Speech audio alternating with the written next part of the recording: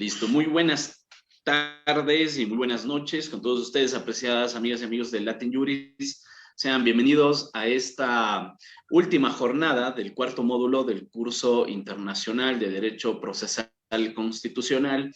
En principio, esta hubiera sido la última sesión del curso, sin embargo, recuerden que el viernes de la semana pasada, por problemas del clima en la ciudad de Quito, pues nos resultó imposible transmitir, así que esa sesión la hemos trasladado para el lunes de la semana que viene, de tal manera que el lunes de la próxima semana estaremos cerrando con este curso.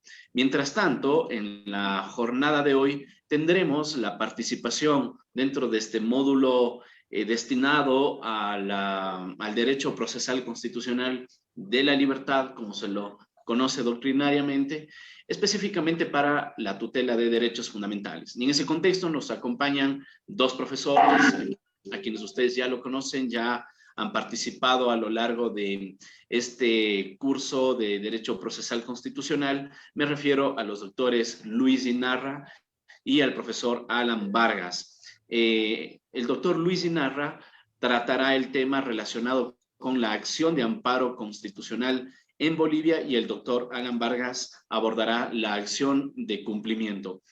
Pues ya nos acompañan los profesores, así que les extiendo un cordial saludo de bienvenida y les cedo el uso de la voz al doctor Luis Inarra, con quien arrancamos. Muy buenas tardes, estimado doctor.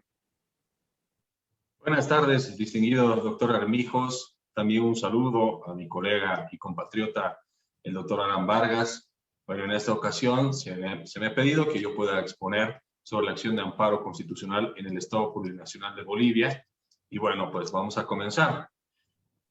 La acción de amparo constitucional, podría decirse, tiene una historia interesante en el país, pese a que se había incluido ya a partir de algunas regulaciones bajo la anterior Constitución, que había sufrido modificaciones en el año 1994, es precisamente el año 1999, principalmente, que a través de la Constitución del Tribunal Constitucional, que va a recibir el denominativo de recurso de amparo constitucional. Es en la modificación de la Constitución del año 2009 que el denominativo va a cambiar hacia la acción de amparo. Básicamente lo que nos dice la Constitución, y también a través de la sentencia constitucional 1617/2013, que es la Constitución la que establece una garantía incuestionable acerca de la fuerza normativa de los derechos, es decir, una eficacia de los derechos fundamentales basada en la Constitución. Y ello conlleva el hecho de que precisamente no sea necesario, por ejemplo, el desarrollo legislativo por parte de los legisladores ordinarios, o del legislador ordinario, perdón, para que se desarrollen los derechos y así establecer su exigibilidad jurídica. Simplemente es la Constitución la que directamente ya es la que establece la aplicabilidad directa y también preferente de los derechos constitucionales por medio de distintas acciones de defensa, como es en este caso la acción de amparo constitucional. Y es precisamente la Constitución del Tribunal Constitucional quien a través de un control concentrado de constitucionalidad, pero al mismo tiempo en cuanto a las acciones de defensa, va a haber una especie de un control difuso de los derechos. En este sentido, los derechos fundamentales van a poder ser garantizados por medio de una serie de acciones constitucionales, entre ellas la acción de amparo. El profesor, el doctor Alan Vargas, se va a referir, entiendo yo, a otro tipo de acción, como es la acción de cumplimiento, que es una nueva, podría decirse, acción incorporada en nuestra Constitución. La acción de amparo ya es una de las más antiguas, precisamente, ¿no? Es una de las más antiguas y además que ya tiene, además, podría decirse, en la región latinoamericana, un recorrido y además una profundización en su implementación. Entonces, esa sentencia constitucional, a la que yo hacía referencia del 2013, la 1617, por ejemplo, permite, por ejemplo, prescindir de este desarrollo legislativo, pero además de establecer de que cuando hablamos del amparo constitucional, estamos hablando de un control tutelar de la constitucionalidad de ciertos actos, pero bajo el amparo de los derechos fundamentales y las garantías constitucionales. Ahí, por ejemplo, los derechos fundamentales tienen un lugar prominente, nos dice esa sentencia constitucional, en el ordenamiento jurídico constitucional. Y es así que podría decirse que los tratados de derechos humanos que reconocen derechos y que son, en este caso, más favorables que lo están en la Constitución, según un criterio de interpretación que podría ser criterio pro homine, en este caso se aplicarían de manera preferente por sobre la Constitución. Y esta es una premisa interpretativa que también el tribunal, en este caso las salas constitucionales y los tribunales constitucionales, es decir, quienes se encargan de velar por la garantía de los derechos, pueden tomar en cuenta este criterio de interpretación para aplicarlo dentro de los procesos o distintas acciones de amparo constitucional. Entonces, a eso se refería, por ejemplo, el criterio de interpretación pro homine aplicado a la acción de amparo constitucional, pero también observamos de que hay otro criterio de interpretación, que sería la interpretación conforme, que está incluido en el artículo 13, parágrafo 4 de la Constitución boliviana, que nos hace ver que también la acción, dentro de las acciones de amparo constitucional, el tribunal puede aplicar este tipo de interpretación para extender, podría decirse, el paraguas o el abanico de derechos. Sin embargo, podríamos observar que hay una serie de derechos que no pueden ser tutelados mediante la acción de amparo, y eso en un momento más lo vamos a ver, lo vamos a analizar. Entonces ahí, por ejemplo, la misma sentencia constitucional, que es muy amplia, esta es la que hice referencia, la 1617, habla de un principio de progresividad de los derechos, un principio de justiciabilidad directa de los derechos y de aplicabilidad directa de los derechos, ¿no? A lo que ya hacía referencia hace unos segundos atrás. Entonces, la acción de amparo constitucional podría decirse es una acción tutelar, protectora de los derechos y garantías constitucionales fundamentales de las personas, es al mismo tiempo una especie de límite al establecerse como de garantía al poder del Estado, al poder de determinadas autoridades, quienes pueden incurrir en violaciones de los derechos, pero también un límite al poder de otras personas, quienes con sus actos u omisiones también tienden a vulnerar nuestros derechos. Así que dentro de su naturaleza jurídica del amparo constitucional, podría decirse, en resumen de cuentas, que es una acción tutelar, una garantía procesal de carácter instrumental, precisamente porque se convierte en un mecanismo para la defensa y también el respeto de los derechos fundamentales. Sin embargo, para poder accionar por medio de esta acción tutelar, hay que tomar en cuenta que esta es una tutela, es decir, un tipo de tutela preventiva, pero al mismo tiempo también correctiva. Preventiva, ¿por qué? Porque se puede accionar, se puede recurrir ante un tribunal y el tribunal, ante una amenaza de la violación o inminente suspensión o restricción de un derecho, en este caso, pues puede ordenar que se conceda precisamente la acción de amparo. La tutela correctiva ya precisamente es cuando ya se ha consumado la vulneración, la restricción o la supresión de los derechos y garantías constitucionales. Ahí entonces las características, dentro de las características de la acción de amparo, la sentencia constitucional número 02/2012 del Tribunal Constitucional Plurinacional, ahí nos habla de la sumariedad e inmediatez como una de las características importantes de esta acción de amparo. En tal caso, como es una acción sumaria e inmediata, pues debe procederse en un plazo perentorio no dilatado, ¿no? Es decir, un plazo perentorio que debe constituirse en el menor plazo posible para que se instale la audiencia de amparo constitucional.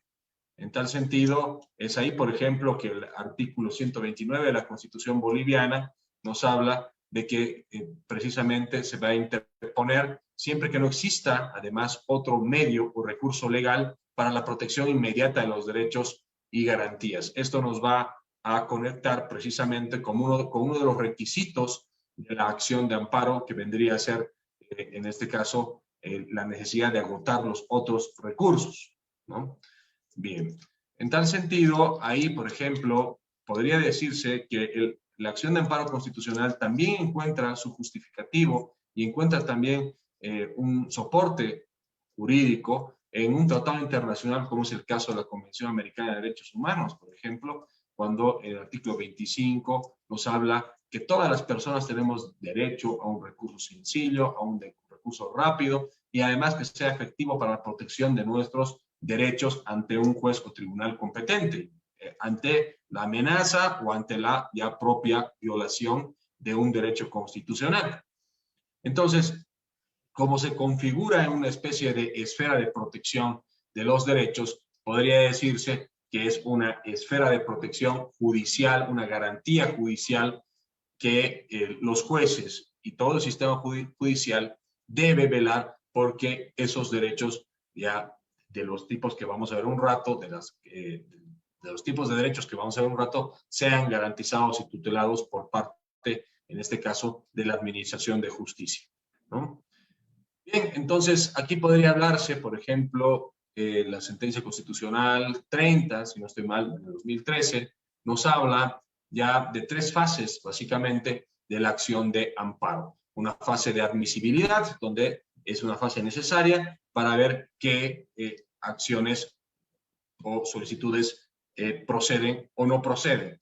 Y una vez de que se declare admitida una acción de amparo, y ahí, por ejemplo, se ingresa a la fase ya de las audiencias, de la audiencia pública precisamente, una fase de la decisión ya propiamente dicha, ¿no? Que ya culmina con una sentencia constitucional, y también, por último, la posibilidad de que haya una fase de revisión. Son 4 fases importantes que va a proceder, que va a tener que pasar una acción de amparo bien sustentada en aspectos adjetivos y también sustantivos. Por ejemplo, una vez establecida ya la Constitución boliviana actual y quien también ya establece la propia Constitución boliviana la acción de amparo y entra a cierto detalle en cuanto a todo el trámite que debe seguir, es precisamente el Código Procesal Constitucional quien ya comienza a establecer cuál es ese procedimiento que se debe seguir para las acciones de amparo, y es a partir del artículo 33 de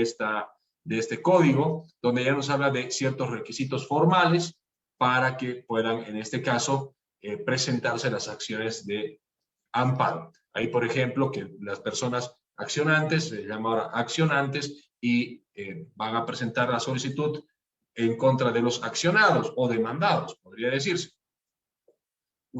Ellos tendrán que identificarse, es uno de los requisitos, la identificación de la parte de accionante, de la parte accionada, el patrocinio del abogado, también la relación de los hechos, la identificación de los derechos o garantías vulnerados, ¿no? Cuáles son los medios de prueba que se presentan también, y al final, precisamente, la petición ante el tribunal de manera muy clara, es decir, cuál es el objeto de la acción de amparo.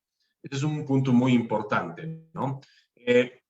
Entonces aquí, por ejemplo, la acción puede ser mal presentada, podría decirse, ¿no? Que no se cumpla con algunos requisitos formales. Ahí el Código Procesal Constitucional nos da la posibilidad de presentar, es decir, de subsanar, en este caso, cuando no hemos presentado ciertos requisitos o nuestra acción, nuestro documento memorial de acción, no ha presentado o no ha cumplido con uno de estos requisitos precisamente formales. Ahí, por ejemplo, nos dice que va a haber un plazo de 3 días, para subsanar. Una vez que si no se ha subsanado en ese plazo, la parte accionante puede volver a presentar posteriormente, siempre y cuando cumpla con todos los requisitos que hemos hecho alusión, que están establecidos en el artículo 33 del Código Procesal Constitucional boliviano. Entonces, ahí, por ejemplo, hay una cuestión importante. Hay una serie de causales de improcedencia que están regladas por parte del artículo 53 del Código Procesal Constitucional, y es ahí donde ya se habla de estas causales o requisitos necesarios, pero que en todo caso, si se presentan, no deberá proceder o no se deberá admitir la acción de amparo. Ahí, por ejemplo, la acción de amparo no puede ser admitida. Aquí, por ejemplo, muchos de los abogados es decir, en el léxico, indican que esas causales de improcedencia es para que se rechace la acción. Yo pienso que el término rechazo podría cernirse de mejor manera o explicarse de mejor manera como no admitido, ¿no? Es decir, hay que darle un criterio, un término técnico a cada una de las etapas procesales dentro de todos los procedimientos establecidos en las diferentes normas y leyes de un Estado, ¿no? Ahí, por ejemplo, una de las causales de improcedencia, de inadmisibilidad, en este caso sería de, por ejemplo, que la acción de amparo no procede contra mecanismos activados con anterioridad, es decir, contra acciones judiciales, recursos ordinarios ya presentados con antelación y que están siendo conocidos y esperan resolución por parte de otros tribunales, ¿no? Entonces, ahí se declara la improcedencia precisamente de la acción.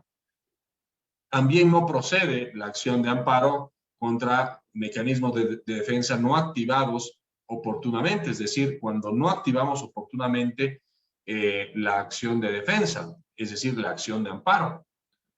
Tenemos un plazo de 6 meses, desde el momento de la vulneración de un derecho o desde el momento en que se ha agotado una instancia judicial y esa instancia judicial o administrativa ha, según nuestro criterio, vulnerado un derecho constitucional, ¿no? Asimismo, tampoco procede, y esta es la causal de subsidiariedad, contra todos los mecanismos intraprocesales, es decir, procedimentales que están pendientes de activación. Es decir, que aún no se han activado, que todavía no hemos presentado, pero hay otros recursos a los cuales deberíamos, como establecen las leyes, recurrir antes de presentar la acción de amparo. Entonces, el criterio de subsidiariedad es muy importante y que creo que en todos los países de la región que tienen establecido la acción de amparo, tienen el criterio de causal de improcedencia como es el de la subsidiariedad, ¿no? Entonces, asimismo, encontramos que tampoco procede la acción de amparo cuando nosotros hemos consentido libre y expresamente en ciertos actos de la contraparte. Cuando hemos aceptado de manera libre o taxativa los actos y los hemos consentido por parte de la otra persona, ¿no? Esto es un punto importante.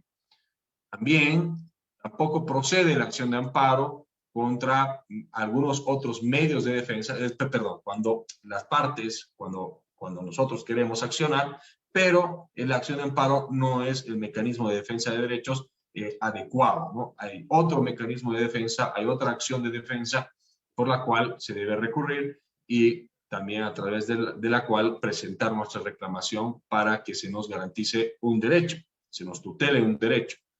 En tal sentido, ahí es importante mencionar que la acción de amparo no procede contra el derecho precisamente a la privacidad, contra el derecho a la libertad en general y a la libertad de locomoción, que es tutelado por la acción de libertad, es decir, contra el derecho a la información, precisamente, y, bueno, precisamente esos son los derechos con los que no puede proceder la acción de amparo. Una cuestión que no dice el Código Procesal Constitucional, pero que quizás también hay que tomarlo en cuenta, y creo que hay que tomarlo en cuenta, es que, por ejemplo, no podemos recurrir mediante la acción de amparo para obligar o solicitar que un juez obligue a una autoridad a hacer algo en favor de la colectividad. Esto es que, por ejemplo, si nosotros consideramos que se nos ha vulnerado un derecho colectivo y queremos presentar la acción de amparo, pues no lo podemos hacer. En este caso hay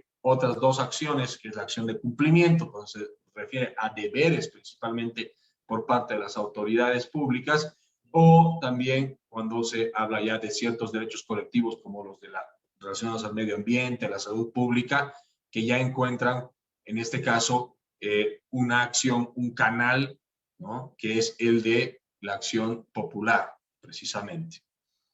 Asimismo, hay un plazo de caducidad, como ya hemos dicho, que es el de 6 meses, ¿no? También hay que tomar en cuenta una cuestión. que los jueces deben necesariamente y de manera inexcusable verificar todos los requisitos de forma y causales de improcedencia que están regadas en el artículo 53 del Código Procesal Constitucional que acabamos de mencionar, ¿no? Y esto es muy importante. Sin embargo, en algunos casos, por ejemplo, la sentencia que estamos haciendo alusión, la 30 que ha dado 2013 de sentencia constitucional plurinacional, que nos habla que en algunos casos, cuando existe alguna duda razonable, por ejemplo, puede flexibilizarse algunos de los presupuestos procesales. Es decir, uno de estos requisitos o causales, inclusive de improcedencia, se pueden flexibilizar, siempre que se tome en cuenta, dice, se vaya a asegurar o tratar de asegurar la justicia material, ¿no? Entonces, esta es una cuestión importante que lo considera el Tribunal Constitucional Plurinacional, que tiene un valor importante para el procesalismo constitucional, ¿no? Bien. Entonces, ahí, por ejemplo, hay algunos principios, ya hablando precisamente de algunas sentencias constitucionales que nos hablan de la acción de amparo, hay algunos principios que rigen las acciones de amparo. Por ejemplo, está la sentencia constitucional, si no recuerdo mal, 249 del 2012, que nos habla ya de una naturaleza jurídica precisamente de la acción de amparo, ¿no? Esa misma sentencia nos habla del mismo principio de subsidiariedad. Esta misma sentencia también nos habla precisamente de un principio de inmediatez, al cual ya nos hemos referido también, del principio del agotamiento de todos los medios y recursos previos para la interposición de esta acción, ¿no?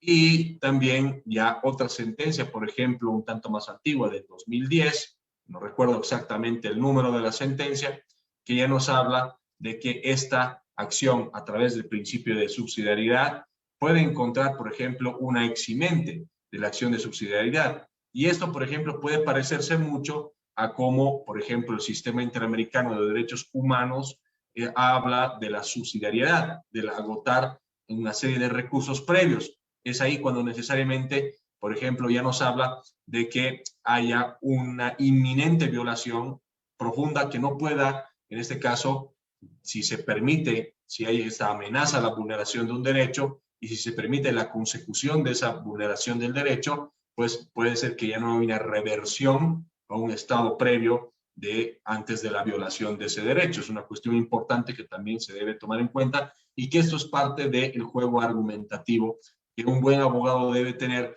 a la hora de dirigirse a un tribunal para que, aunque en todo caso no se den o no se cumplan, en este caso, los requisitos para la admisibilidad, como es el caso de subsidiariedad, hay casos excepcionales, puede haber casos excepcionales donde necesariamente la autoridad tenga que escuchar a la parte accionante, ¿no? Eso es una cuestión muy importante.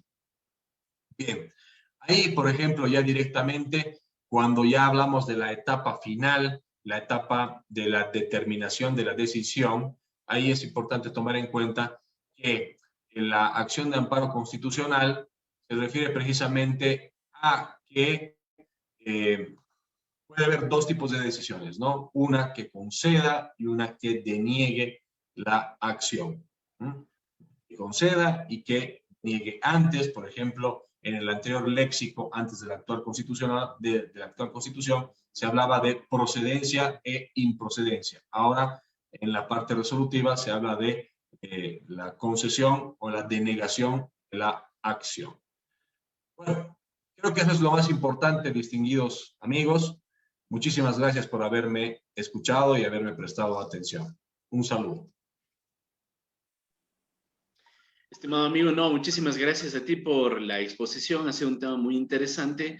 Conocer yo, siempre que tengo pues la oportunidad de escucharles, trato de ir haciendo algunas reflexiones de lo que sucede también con mi país y veo que hay algunas cuestiones que en cierta medida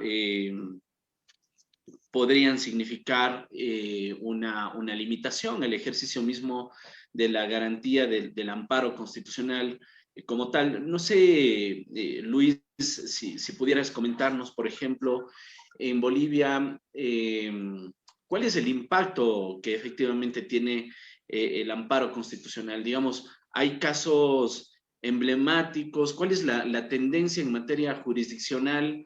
Porque, por ejemplo, en el caso ecuatoriano, podría decir que todavía la acción de protección, y eso que ya llevamos ya 12 años de constitución, bueno, tenemos un añito más nada más que la constitución boliviana, pero en esta acción de protección, luego de 12 años, todavía hay muchísimas dificultades para que sea una garantía idónea, una garantía eficaz para la tutela de derechos, sobre todo por algo que tú también acabas de señalar que sucede en Bolivia y es la existencia de otros mecanismos. Entonces, los jueces, en el caso ecuatoriano, y claro, los abogados defensores generalmente de las instituciones públicas suelen utilizar esta causal para pedir que se rechace la acción de protección por improcedente, es decir, en relación con el fondo del asunto. Y eso es bastante preocupante porque los jueces finalmente terminan señalando que como existen otras vías para la reclamación del derecho que se pretende, pues entonces termina enervándose, digamos, la eficacia de la acción en cuanto tal. ¿Cuál es la experiencia boliviana en ese sentido? Yo creo que es en ese sentido similar a la del Ecuador, por como tú lo acabas de mencionar, dependiendo inclusive de los jueces, ¿no? Esto es algo que puede cambiar de juez a juez, ¿no? De hecho, es que, por ejemplo, en mi experiencia aquí en la ciudad de Cochabamba, he observado de que, por lo menos en los casos que yo he presentado, eh, pues si yo he cumplido con todos los requisitos y que ahí, por ejemplo, las causales de inadmisibilidad no han sido para mí, en este caso, para mis casos, precisamente un problema, es que pues generalmente he logrado la admisibilidad, ¿no? Pero además creo que eso también es cómo los abogados saben sustentar un caso, cómo lo presentan y de una manera clara y transparente, ¿no? Puede ocurrir que sea el problema en lugar del fallo del juez, o que el juez falle, sea el abogado, precisamente. De hecho, ocurre en muchos casos. Y eso tiene que ver con la importancia de la formación en derecho procesal constitucional de los abogados accionantes en este caso. Pero sí, podría decirse que la carga procesal que tienen muchos jueces también hace que haya como efecto esta posibilidad de que ellos terminen rechazando. Pero una vez de que uno logra subsanar, inclusive es muy difícil a veces que el juez rechace así por así una acción. Y si va a rechazar, pues en muchos casos lo puede hacer solicitando la subsanación, digamos, de un requisito. Y de hecho casi siempre se da, ¿no? Se logra subsanar y por lo tanto pues procede, ¿no? Se admite el caso. Entonces, sin embargo, podría decirse que dentro de la experiencia de la acción de amparo, dentro de toda la baraja de acciones de defensa, mi impresión, quizás mi colega Alan Vargas tenga otra impresión, es que es el recurso constitucional, la acción constitucional más asentada o asentada en el trayecto constitucional, por lo menos de los últimos 25 años en Bolivia, ¿no? Entonces, es la acción por la cual más se recurre, por la que en este caso los abogados y las personas que consideran que se les ha vulnerado un derecho, la consideran como la más consagrada de las acciones y por lo tanto la vía más expedita para que se pueda garantizar un derecho constitucional. De hecho, las otras acciones son menos exploradas, por ejemplo, ¿no? La acción de cumplimiento, que tengo entendido que nuestro amigo Alan Vargas va a exponer, o también la acción popular, por ejemplo, aunque quizás en los últimos años, es más porque tenemos una vida política muy agitada, por ejemplo, el caso de la acción popular, ha, digamos, merecido, digamos, que los políticos o que la gente o los grupos sociales o determinadas ONGs o en este caso determinados grupos o sectores de la población viren hacia ese lado, ¿no? Hacia la acción popular, lo cual es positivo. Si se considera que hay unas violaciones de derechos, es importante que se pueda recurrir a ellas, ¿no? Sí, claro que sí. Por aquí tenemos un comentario del doctor Néstor Bustillos Farfán. Dice, lamentablemente muchos jueces rechazan de todo porque responden a colores políticos y no están empoderados con su cargo. A propósito de este comentario, yo quisiera consultar con Luis Inarra, y posteriormente también me gustaría conocer el criterio de Alan Vargas sobre cómo ven ustedes. Tengo entendido que hace, me parece que un par de años nada más, implementaron jueces constitucionales especializados en Bolivia. Sucede que en el caso ecuatoriano, y de lo que ayer escuchábamos también de los profesores colombianos, nos decían, todos los jueces son jueces constitucionales, claro, en el Ecuador también. Eso significa que cuando proponemos una acción de protección, posiblemente cae con un juez de lo laboral o un juez de lo civil o un juez de la niñez, en fin. Entonces, desde la perspectiva ecuatoriana hemos visto eso como una desventaja en realidad, porque no hay ese carácter de especialidad que permita a los jueces entender en mejores condiciones el contexto constitucional del caso. Sin embargo, como Bolivia, pues ha implementado este sistema, y me corregirán si es que estoy equivocado, quisiera saber cuál es si es que la experiencia, ¿no? Saber si es que ha representado un avance esta implementación de juzgados, de jueces constitucionales especializados. Bueno, si me permites, primero a mí, yo luego, bueno, de manera muy corta y resumida, luego le doy la palabra a Alan. Pues antes era como el sistema ecuatoriano, ¿no? Es decir, todos los jueces se constituían en tribunal de garantías. Luego, con una ley, se pasa a las salas constitucionales, ¿no? Es decir, y ahí se sobreentiende que tienen que ser jueces especialistas en materia constitucional. Sin embargo, como lamentablemente vivimos en nuestro país una situación de una preponderancia del Poder Ejecutivo y del Gobierno en este caso, en las decisiones de los tribunales de justicia, es decir, del sistema judicial, pues podríamos decir que no está garantizado que todos los jueces constitucionales sean, en este caso, del más alto nivel en materia constitucional. De hecho, yo que he dado clases en algunas maestrías y en materia constitucional también, puedo advertir que muchos de ellos, de manera por cumplir con el cartón, por tener el cartón, llegan a estudiar a la rápida derecho constitucional para poder postularse. Y si cuentas con el aval político, pues con mayor posibilidad vas a llegar a, digamos, ese sitial. Y lamentablemente yo también conozco a ex estudiantes míos y también colegas que en su vida es más, han llegado a detestar el derecho constitucional y ahora están de jueces constitucionales. ¿No? Es una triste realidad, pero es la realidad. Ok, muy interesante. Te escuchamos, Alan. Sí, bueno, el comentario de Luis efectivamente puede sonar gracioso, puede sonar ilógico, pero es la realidad. Lamentable, sí, que en Bolivia tengamos que admitir este tipo de situaciones, ¿no?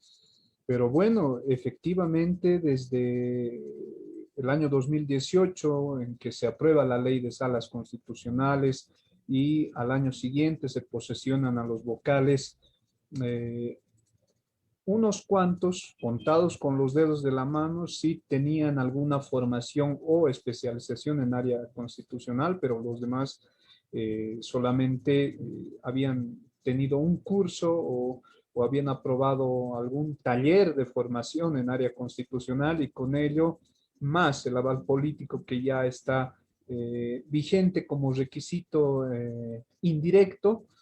Se han postulado, se han posesionado, y bueno, hay así jueces constitucionales, de salas constitucionales, que deberían tener toda la formación especializada en materia constitucional, que, bueno, simplemente están ahí porque aspiraban al cargo, pero no tenían la formación necesaria.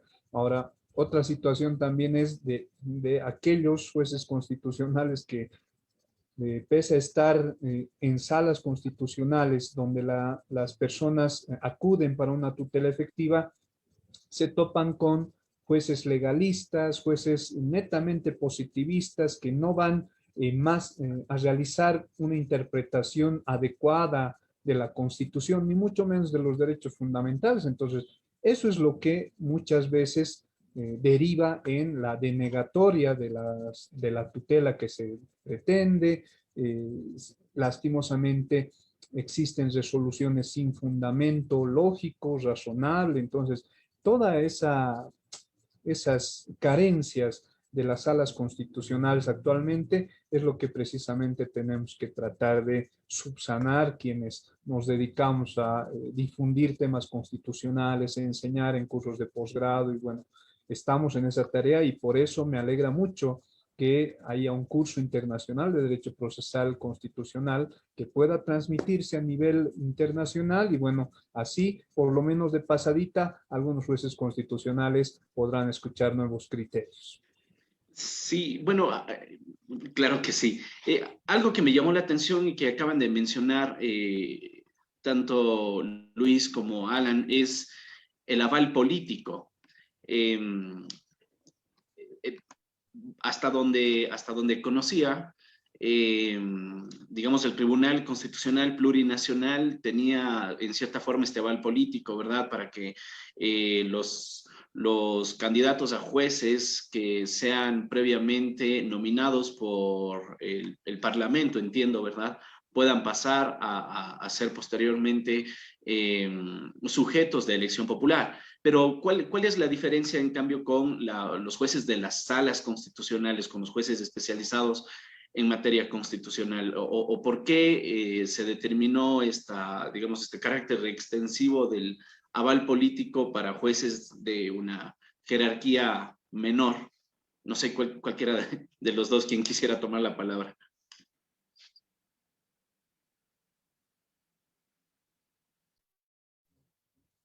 Bueno, esperaba que Luis nos comentara, seguramente lo hará en un momento. Esto del aval político, claro, no es un requisito legalmente previsto, ni mucho menos se entiende como necesario en toda legalidad. Sin embargo, lastimosamente, cuando se han constituido las salas constitucionales, cuando se han hecho las listas de posibles aspirantes a estos cargos, también ha habido juego de roles y mucho más el juego político en la sede de gobierno, por ejemplo, como es en la ciudad de La Paz, donde sí se ha verificado la formación académica, pero también se ha verificado que tenga algún, qué sé yo, algún contacto o algún conocido del partido de gobierno que pueda tener de alguna manera influencia en todo este proceso de selección de las autoridades y de la calificación, inclusive. Entonces, existen instancias, lamentablemente, instancias judiciales en donde se valora de manera muy mínima tal vez la formación, pero sí hace nomás un peso interesante el hecho de tener alguna afiliación o preferencia con alguna ideología política, mucho más si es del partido de gobierno, para que así puedan, qué sé yo, saldarse las cosas de mejor manera. Bueno, todo eso bajo la mesa, obviamente, pero esto lamentablemente está afectando mucho al ejercicio de la función jurisdiccional y, por supuesto, se menoscaba la independencia judicial desde esas instancias menores hasta las instancias mayores que son la magistratura constitucional, precisamente. Entonces, este es un problema grave que hay que tratar de solucionarlo de alguna manera y bueno, las reformas a la justicia en Bolivia están todavía muy pendientes a paso de tortuga, con muchos tropezones y obviamente esto nos perjudica a todos. No sé cuál será el criterio de Luis al respecto. No sé, Luis, si quisieras agregar algo sobre el tema. Tu micrófono, Luis. Estoy totalmente de acuerdo con Alan. No tengo nada que agregar.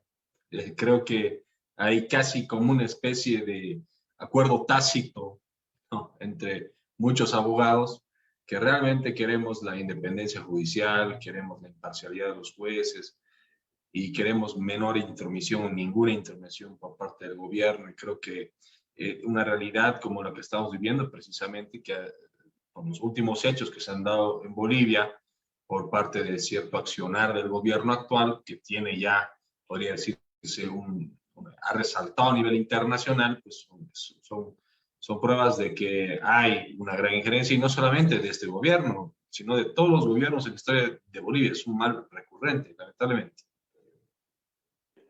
Ok, bueno, doctores, muchísimas gracias por sus criterios, particularmente Luis, por acompañarnos y compartirnos estos principales aspectos del juicio de amparo en Bolivia. Muchísimas gracias, estimado amigo, y pues nos estaremos encontrando en otras oportunidades. Muchas gracias.